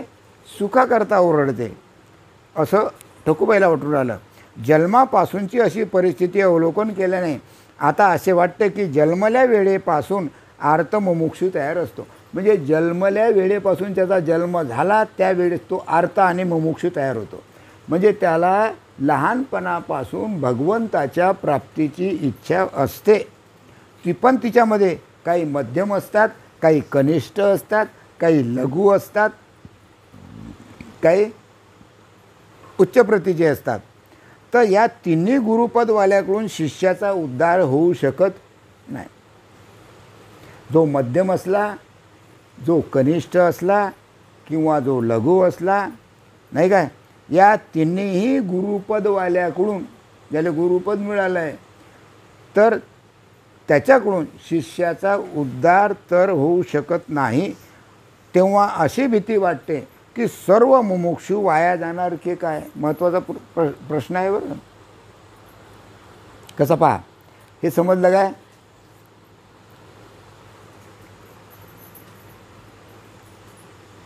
गुरुपदवाले, एक असतो मध्यम, एक असतो कनिष्ठ, दुसरा असतो लघु.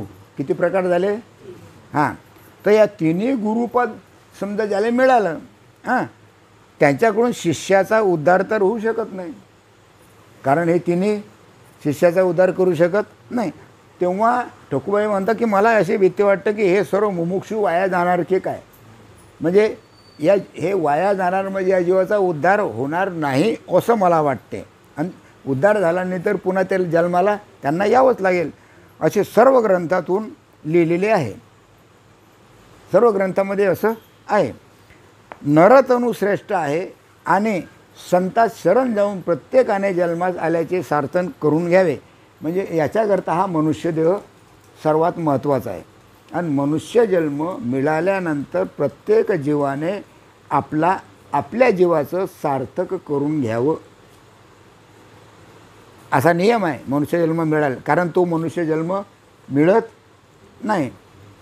पण संत म्हणून नावाजलेल्या मंडळीकडे पाहावे. ज्याला आम्ही संत म्हणतो त्याच्याकडे पाहिलं काय होते?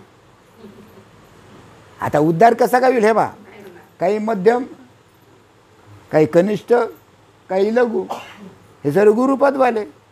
मग गुरुपदवाले आहे की नाही बुलढाणा जिल्ह्यात? गुरुपदवाले आहे की नाही? कोण्या गावात आहे? या कोपऱ्यात आहे की नाही? त्याच्या अगोदर होती की नाही? जळगाव जिल्ह्यात आहे की नाही गुरुपदवाले? आहे की नाही? भाषा समजली काय?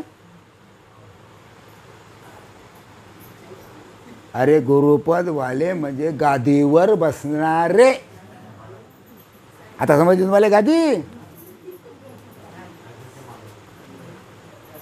मग हे अन्य जीवाचा उद्धार करू शकतात काय?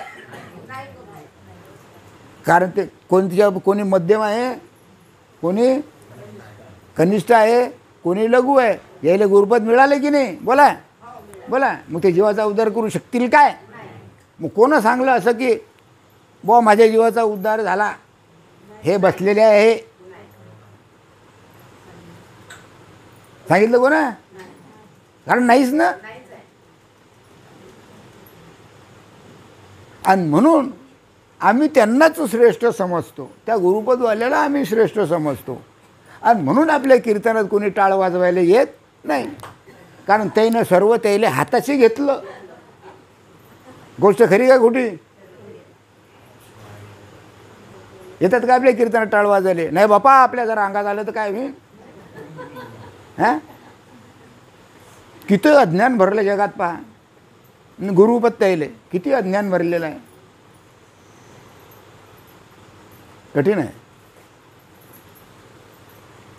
हां, मग झोपलं का मागचे?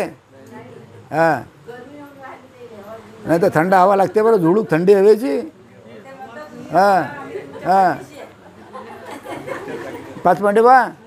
हां हां.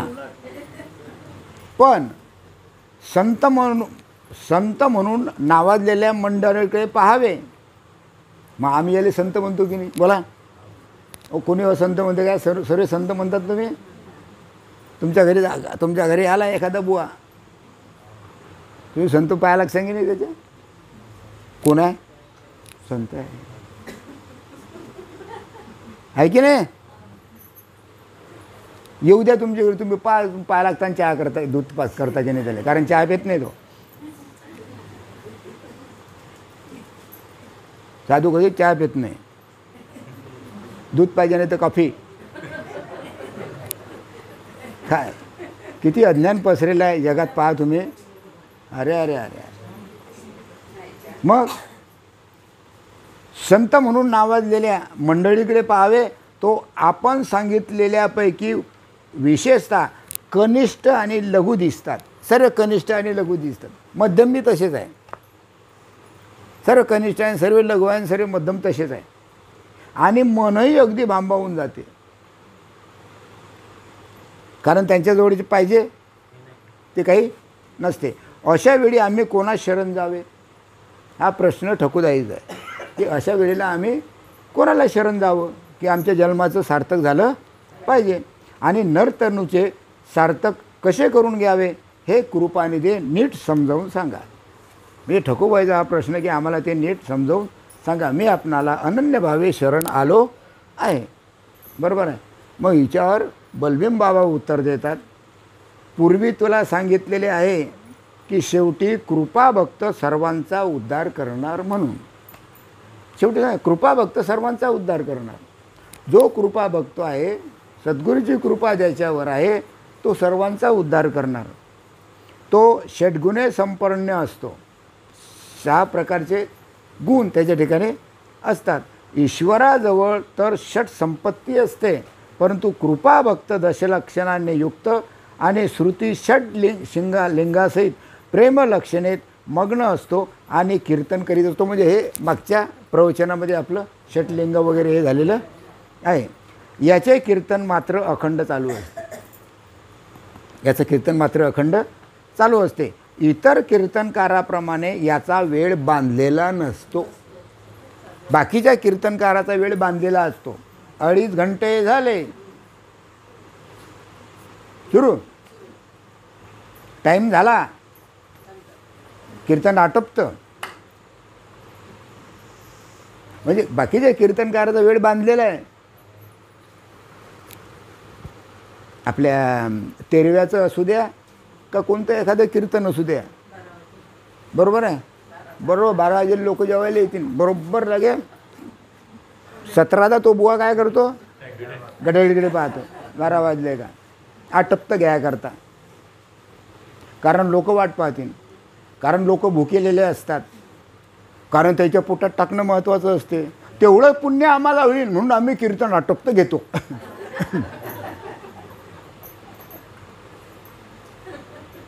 पहा केवढं अज्ञान आहे. वा रे वा. कारण कीर्तनकाराप्रमाणे याचा वेळ बांधलेला नसतो. कोणाचा? सद्भक्ताचा. बरोबर आहे. हल्लीचे कीर्तनकार म्हणजे निवळ कथक्कळ. हल्लीचे निवळ कथक्कळ. कथक्कळ म्हणजे नुसतेच फक्त कथा सांगणारे. कीर्तन उभं आलं की तिच्यामध्ये 1-2 गोष्टी सांगली की ठाला विठाले झालं, कीर्तन आटपलं. टक्मा 1.5 पैसा. आता 1.5 पैसा राहिला नाही, आता 4,000 आणि 5,000च आहे. आता ते विणावाले येतात, ते टाळकरी घेतात, त्याच्यानंतर सर्वच घेतात. फुलना फुलाची पाकळी. पुण्य जमा होते ना, दिली तर द्यायलाच पाहिजे. कीर्तन हाच पैसे मिळवण्याचा ज्यांचा धंदा आहे त्यांची स्थिती कशी असते ते एक. म्हणजे अशा प्रकारे नुसतं कीर्तन करताना पैसे मिळवतात, त्याची स्थिती कशी असते हिच्यात सांगितलेलं आहे. आमच्या बलभीम महाराजांनी, आमच्या मालिकेतले बलभीम बाबा, ओ मौसा ब्रह्मा श्री दत्तात्रय नारायण लक्ष्मी बलभीम, सकाळी आनंद शांतामय बंडोबा किरवण आमचे श्रीपाद बाबा, त्यांनी सांगितलेलं आहे. शिकल्या शब्दांची करीती अनुवाद, अनुभव बोध नाही कोणालाच बोध नाही. बरोबर आहे. पोटार्थी पंडित करीत ती कथा. कशाकरता गोष्टी सांगतात? फक्त पोटाकरता. मुकले स्वार्था निज सुख. अरे स्वतःचं सुख, स्वतःचं आत्मस्वरूप सुख मिळवण्याकरता ते मुकले, म्हणजे त्यांना आत्मसुख मिळालं नाही. तुका म्हणे जशी लाचेसाठी ग्वाही, परी नाही काही वर्म ठावे. त्याला खरं वर्म माहीतच नाही. तुकाराम महाराजाचा अभंग आहे. मी म्हणत नाही, कोणताही कीर्तनकार असू द्या.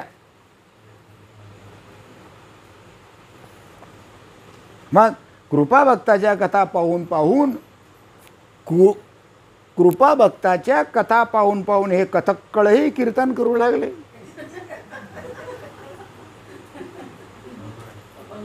आपले 2-3 कीर्तनं झाले, 3-4 कीर्तनं झाले. कुठं? विठ्ठल मंदिरावर झाले की नाही? त्याचं सुद्धा सुरू अवस्था ब्रह्म परब्रह्म. त्याला काहीच माहीत नव्हतं, काहीच माहीत नव्हतं. ते बोलायला लागले. म्हणजे बुवा जसे बोलता तसे ते बोलायला लागले. नाही हा शब्द ब्रह्म हा शब्दच त्याच्या तोंडात नव्हता. कशाला म्हणता हेही माहीत नव्हतं. मग हे सांगितलेलं आहे, कृपा भक्ताच्या कथा पाहून पाहून कथकळही कीर्तन करू लागले.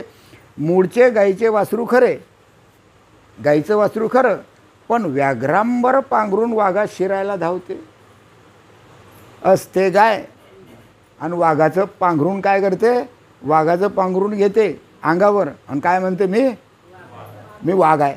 ते गाय काय म्हणते, गायचं वासरू काय म्हणते, मी वाघ आहे. बरोबर आहे. म्हणजे स्वतः वाघोबा असण्याची बतावणी करावीच लागते.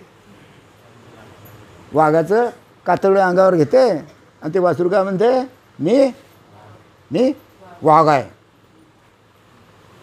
बरोबर आहे. याप्रमाणे या कथा करणाऱ्याची स्थिती आहे, अशी स्थिती आहे. म्हणजे खऱ्याच्या नावावर काय चाललं, खोटं चालू आहे. अशामुळे जगामध्ये खरा धर्म मागे पडून बराच फजित पावला. खरा धर्म मागेच राहिला, धर्म समजण्याचा झाला कोणाला. याप्रमाणे आजकाल पाहावे तो किती एक अनुभवाचा लेशही नसता धर्मासंबंधी ग्रंथचे ग्रंथ लिहितात. धर्माचा संबंध धर्म काय आहे माहीत नाही, ग्रंथचे ग्रंथ लिहितात. आणि लिहून लिहून काय करतात, फक्त पैसा मिळवतात. काय याच्या व्यतिरिक्त सांगा बरं. ग्रंथ लिहिले, पैसे मिळवले, आटपलं. स्वतःचाही उद्धार नाही, जगाचाही उद्धार नाही. हां, असे होण्याचे काय, असं होण्याचं काय कारण आहे. राजा कालस्य कारणम. बरोबर आहे. अस्सल कृपा भक्तावर वर्तान करून दाखविण्याकरता हे हरिदास म्हणविणारे कीर्तनकार नक्कल करून दाखवतात. म्हणजे खऱ्या कीर्तनकाराची ते नक्कल करतात. कारण खरं कीर्तन माहीतच नाही, नक्कल करतात. नकलाच करत होते की नाही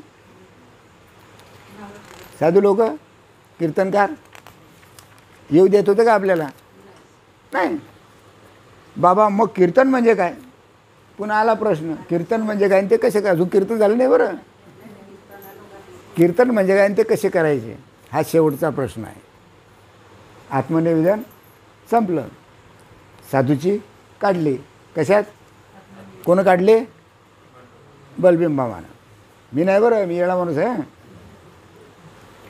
बाबा उत्तर देतात की सद्गुरुनाथांनी जे जे म्हणून अनुभव सिद्ध पटविले त्याचाच उच्चार करायचा आणि स्वतःचं अनुभव सिद्ध पटलेले नाही असले अक्षरसुद्धा उच्चारू नये. म्हणून सद्गुरुदेव ही सगुण उपासना हेच आत्मभक्ताचे इष्टदैवत. म्हणून गुरु हेच सगुण उपासना.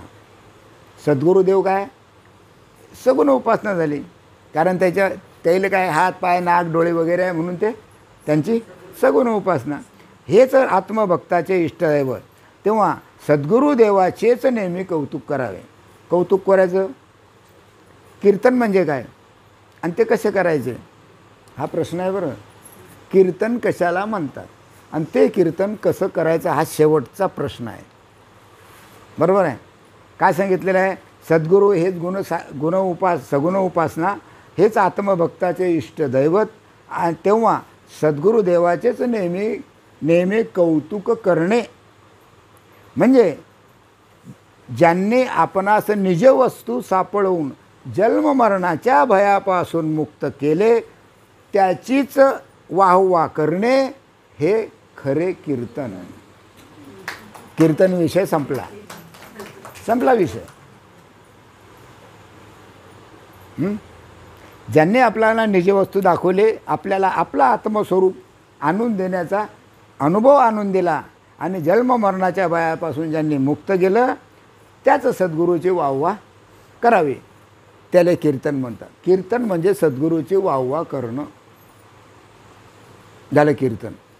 कीर्तन म्हणजे असं नाही बरं. हे अगोदर सांगून गेलं आहे त्याला कीर्तन नाही. कीर्तन हे आहे. येऊ द्या बोले, पहा तुम्ही सर्वजण जाता नाही कीर्तन ऐकायला. हा, एखादाच नाही झाला, बाकी सर्व जातील. एखादा सुटलाच आहे.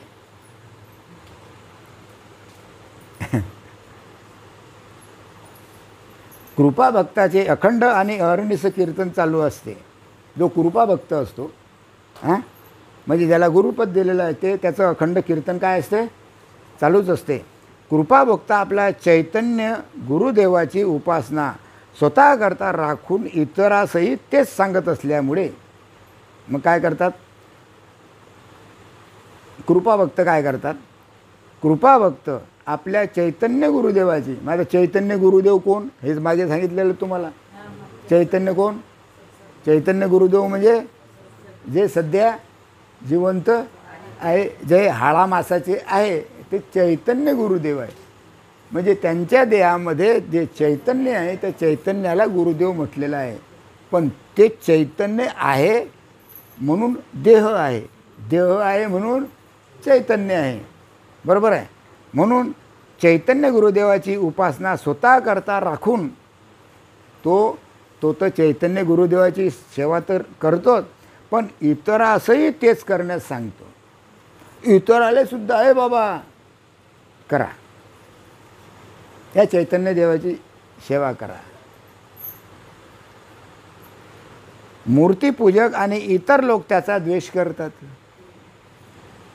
आम्ही आतापर्यंत कोणत्या गुरुदेवाची उपासना करायला सांगितले, आतापर्यंत आपण कोणत्या गुरुचा वाहवा केली, बोला. सर्वांच्या तोंडी कोण होतं, श्रीपाद बाबा. बरोबर आहे. जरी या स्वरूपाशी ते ब्रह्मरूप झाले तरी वाहवा कोणाची केली, श्रीपाद बाबाची. यांनी द्वेष करण्याचे कृपा भक्ताचे काहीच कमी जास्त होत नाही. मात्र ही द्वेष करणारी मंडळी दिवसेदिवस स्वतःच अधोगतीला जातात. जे द्वेष करतात ते दिवसेदिवस अधोगतीला जातात, म्हणजे नरकाच्या रस्त्यानं जातात.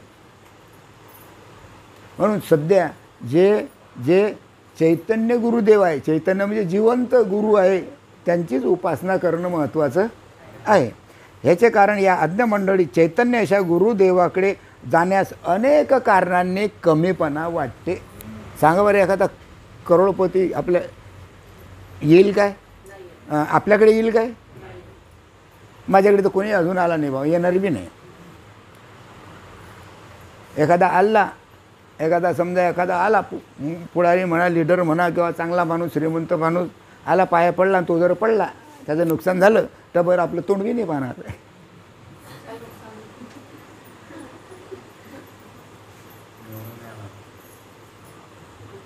गोष्ट खरी आहे, लक्षात आहे पण बोलत नाही. बरोबर आहे. मग हे जे अज्ञ मंडळी काय करतात, चैतन्य अशा गुरुदेवाकडे जाण्याला काय करतात, कमीपणाचं वाटते त्यांना, आहे ना. आता आमचे आजूबाजूला सर्व शेजारी पाजारी आहे, एक बी आपल्या घरी येत नाही का, कमीपणा वाटते त्याला, लाज वाटते त्याला. आहे बा महाराज आहे म्हणजे नावाले आहे महाराज, कमीपणाचं वाटते त्याला. आणि दुसरा एखादा साधू येऊ द्या, कीर्तनकार, महाराज चला, कोणी लाडू आणते, कोणी जिलेबी आणते, कोणी हा बक्का बक खातात. अनुभव का बिना अनुभव, माझ्यासारखं दिसते का एक बुवा कोणी, सांगा, दिसते?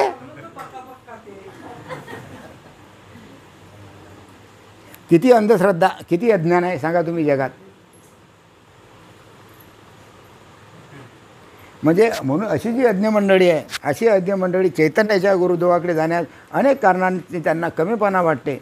पण लक्षात घ्यावयाची गोष्ट अशी की यांना वाटत असलेली कमीपणा निव्वळ शूद्र बुद्धीचे असतात. अशी जे असतात ना हे अज्ञ मंडळी, हे शूद्र बुद्धीचे असतात. त्याची बुद्धी अगदी शूद्र असते, हलकट बुद्धी असते त्यांची. बरोबर आहे.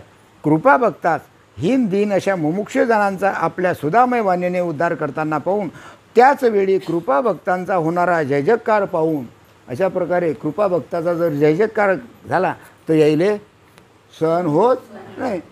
सहन होत होता काय? जिकडे पाहसान तिकडे टीका. तो बॉय येतो, असं करतो तसं करतो, अंगात येते बाबा काहीतरी जाऊ नका कोणी, आणि लागे सर्व घरी. अशी परिस्थिती होती त्यावेळेला, आणि अजूनही तसंच आहे.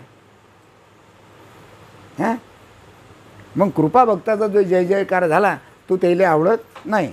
हे पाहून शास्त्री, पंडित, पुराणिक, वैदिक त्याचप्रमाणे विनाकारण मूढपणाने सगुण निर्गुणाचा खल करीत बसणारे दुर्जन अनेक दोषाने लावून मारे आरडाओरड करीत असतात. हे दुसऱ्याला सांगतात की ते काही खरं नाही, तिकडे जाऊ नका, तिकडे अंगात येते काहीतरी, त्या बुवाजवळ जादू आहे, काहीतरी कमीपणा काहीतरी सांगतात आणि आपला मोठेपणा मिरवतात. पूर्वकालीन कवींनी कीर्तनाच्या योगाने अनेक मुमुक्षूचा उद्धार केला. पूर्वी कीर्तन, तुकाराम महाराजाचे कीर्तन झाले, एकनाथ महाराज, ज्ञानेश्वर महाराज, किती कबीर, एवढे मोठे मोठे कीर्तनकार झाले. कीर्तनातून अनेक जीवाचा उद्धार संतांनी केला. रामकृष्णाचे अवतार तरी तुझ्या माझ्याप्रमाणे माणसंच होती. राम कोण होता? आपल्यासारखा माणूस. कृष्ण कोण होता? आपल्यासारखा माणूस. का जास्तीचं होतं काही त्याला? का तुम्हाला जास्तीचं आहे काही? असं आहे का नाही? राम आणि कृष्ण आपल्यासारखेच होते. हां, पण कोण होते? सद्भक्त होते, नाही काय? रामकृष्णादी अवतार तरी तुझ्या माझ्याप्रमाणे माणसेच होती. त्यांनी सुद्धा सद्भक्ताप्रमाणे कीर्तन करून आपल्या भक्ताचा उद्धार केला.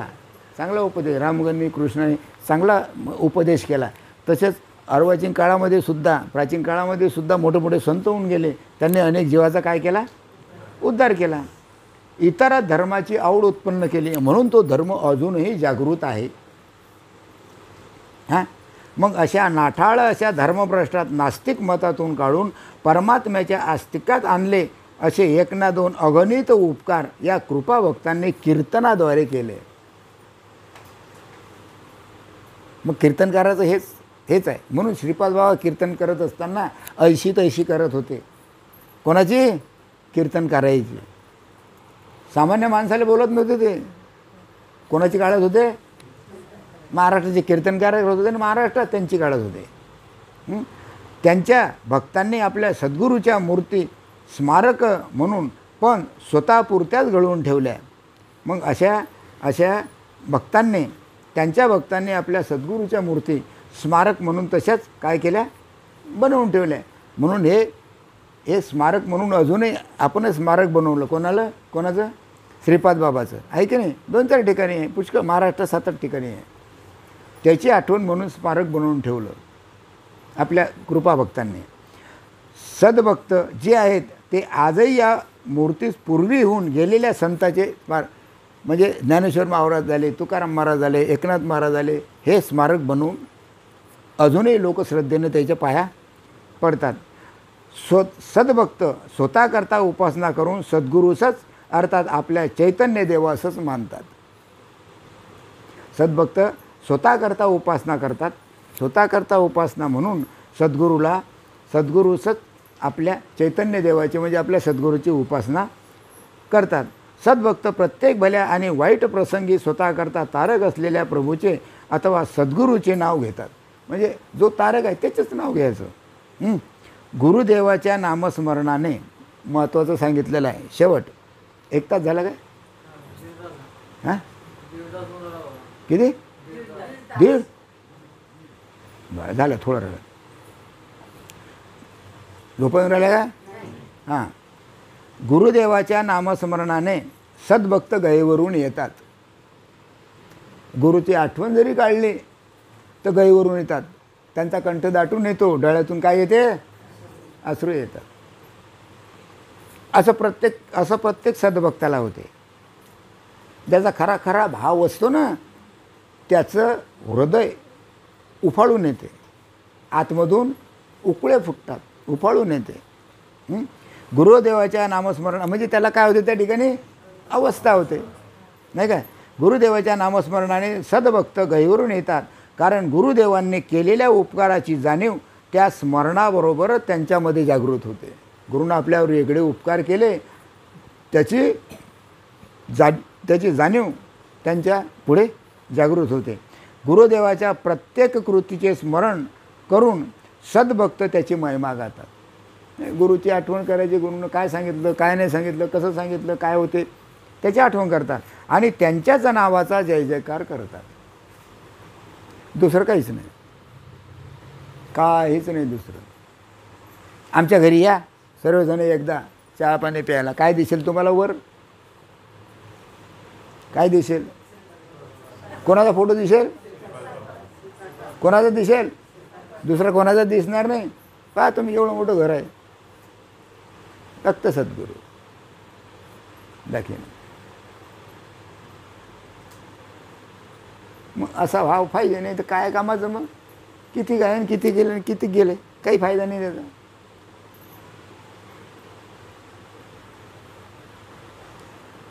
घर का खाऊन मामू क्या बकऱ्या चराव असं म्हणतात काय? काही असं असं नाही पाहिजे. असं हे असंच नाही म्हणत, असंच ना काही? हां, असंच काय दुर्गेश? हां हां, असंच काहीतरी आहे. जाऊ द्या, काही घेणं नाही आपल्याला. हां, असंच आहे ते, असं नाही पाहिजे. मग श्रुतीतून, पुराणातून काय म्हटलेलं आहे? गुरुर्ब्रह्मा गुरुर्विष्णू गुरुर्देव महेश्वरान. गुरु साक्षात, अरे परब्रह्म साक्षात. तुम्ही बोलता आणि त्याच्यावर विश्वास ठेवत नाही, मग तुमच्या बोलण्याला काय अर्थ आहे? या तोंडात काय अर्थ आहे? काय फायदा आहे त्याचा? नुसतं म्हणणं आहे काय? वरवर, नुसतं वरवर म्हणणं आहे काय?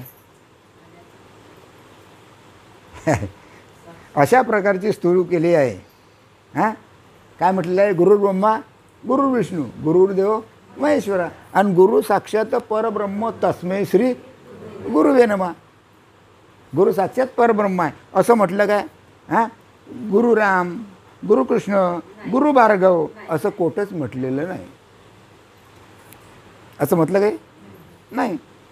सद्गुरूच्याच एका व्यक्तीला उद्देशून परमात्मा, परब्रह्म, देव, ईश्वर इत्यादी नावे घेऊन त्याला अनेक शब्दानं गौरवित केलेलं आहे.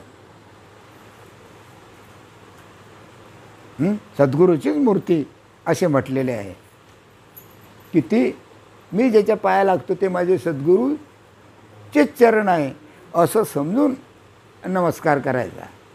हां, व म्हटले पाहिजे.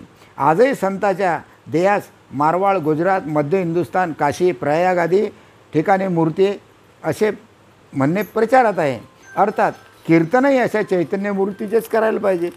म्हणजे कीर्तनसुद्धा अशा चैतन्य मूर्तीचं करायला पाहिजे. अशा प्रकारे आज आपला हा जो विषय सांगायचा म्हणजे आपली जे आत्मनिवेदन भक्ती आहे ही भक्ती संपली. किती सत्संगात? 2. कारण मागचा सत्संग जरा कठीण होता आणि हा आपण ते कीर्तनापर्यंत आलो, त्याच्यामुळे हा आपल्याला जरा सोपी वाटला. तर आज झालेली सेवा सद्गुरू श्रीपाद बाबांच्या चरणी अर्पण करतो आणि माझे 2 शब्द संपवतो. पुंडलिक वरदे हरी विठ्ठल श्री ज्ञानदेव तुकाराम पंढरीनाथ महाराज की जय. माऊली ज्ञानेश्वर महाराज की जय. राष्ट्रसंत सद्गुरू श्रीपाद बाबा की जय. सच्चिदानंद रामदास बाबा की जय. सभा संतन की जय.